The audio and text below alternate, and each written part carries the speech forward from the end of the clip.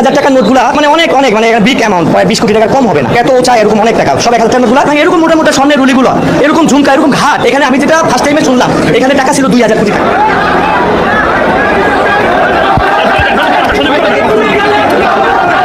আগে বাঙালি না আগে মুসলমান, এটা তো কোনো প্রশ্নের বিষয় না। ডাক্তার দীপুমণি তো 15 বছরে তার সম্পদের পরিমাণ 1-2 ভাগ নয়, বেড়েছে 4000 ভাগ। আওয়ামী লীগ নেতা এবং সাবেক মন্ত্রী দীপুমণি গ্রেফতার হয়েছিলেন গতকাল।